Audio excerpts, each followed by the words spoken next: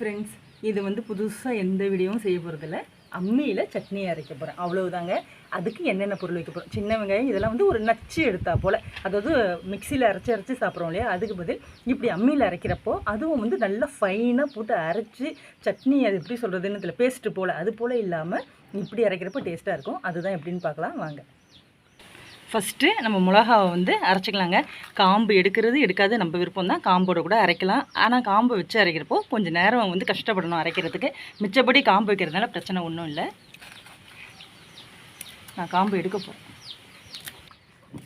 மிளகாலாம் வந்து உங்களுக்கு தேவையான அளவு காரம் வச்சுக்கோங்க. எங்கள் வீட்டில் காரம் கொஞ்சம் அதிகமாக சாப்பிடுவாங்க, அதனால தான் இவ்வளோ மிளகா வச்சுருக்கேன்.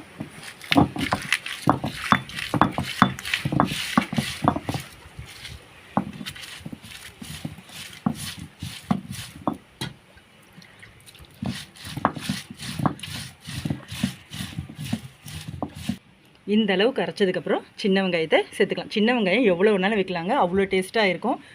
வீடியோவை ஸ்கிப் பண்ணிவிட்டு போகாதீங்க. சட்னி தானே, இது எனக்கு தெரியும்னு நான் இதுக்கு தான் கஷ்டப்பட்டு வீடியோ போட்டுக்கிட்டு இருக்கேன். சட்னி தான் பாருங்கள், அவ்வளோ டேஸ்ட்டாக இருக்குங்க. இது வந்து அம்மியில் அரைக்கிறப்போ நச்சு விர வைக்கிறோம் இல்லையா, இதை வந்து அப்படியே நல்லா ஃபைனாகவும் நம்ம அரைக்க வேண்டியதும் இல்லை.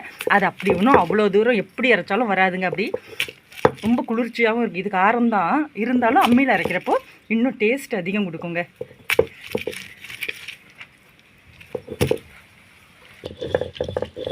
இங்கே பாருங்கள், தெரியுதா? நைஸாக இல்லாமல் கொஞ்சம் திப்பியாக இது போல் இருக்கப்போ இதை எடுத்துடலாம். இதை எடுத்து வேறு பாத்திரத்தில் வச்சுட்டு நம்ம பூண்டெல்லாம் அரைக்கலாம்.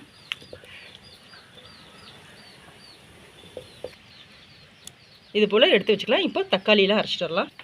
இஞ்சி இந்த சைஸ் வைங்க. இஞ்சி ரொம்ப தேவையில்லைங்க.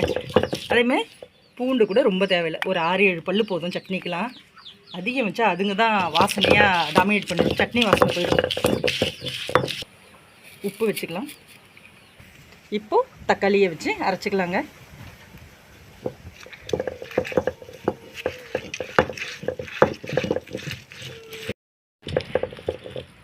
அவ்வளோதான். கொஞ்சம் இதை அரைச்சிட்டு இதை நான் வலிச்சு எடுத்துடுறேன். இப்போது இதை எடுத்துடலாம். இதுக்கப்புறம் எல்லாத்தையும் நம்ம ஒன்றா போட்டு மிக்ஸ் பண்ணிக்கலாங்க. இப்போது அம்மியை கழுவி நம்ம தண்ணி எடுத்துக்கலாம். இது தாங்க சட்னிக்கு ஃபுல்லாகவே வைக்க போகிறோம்.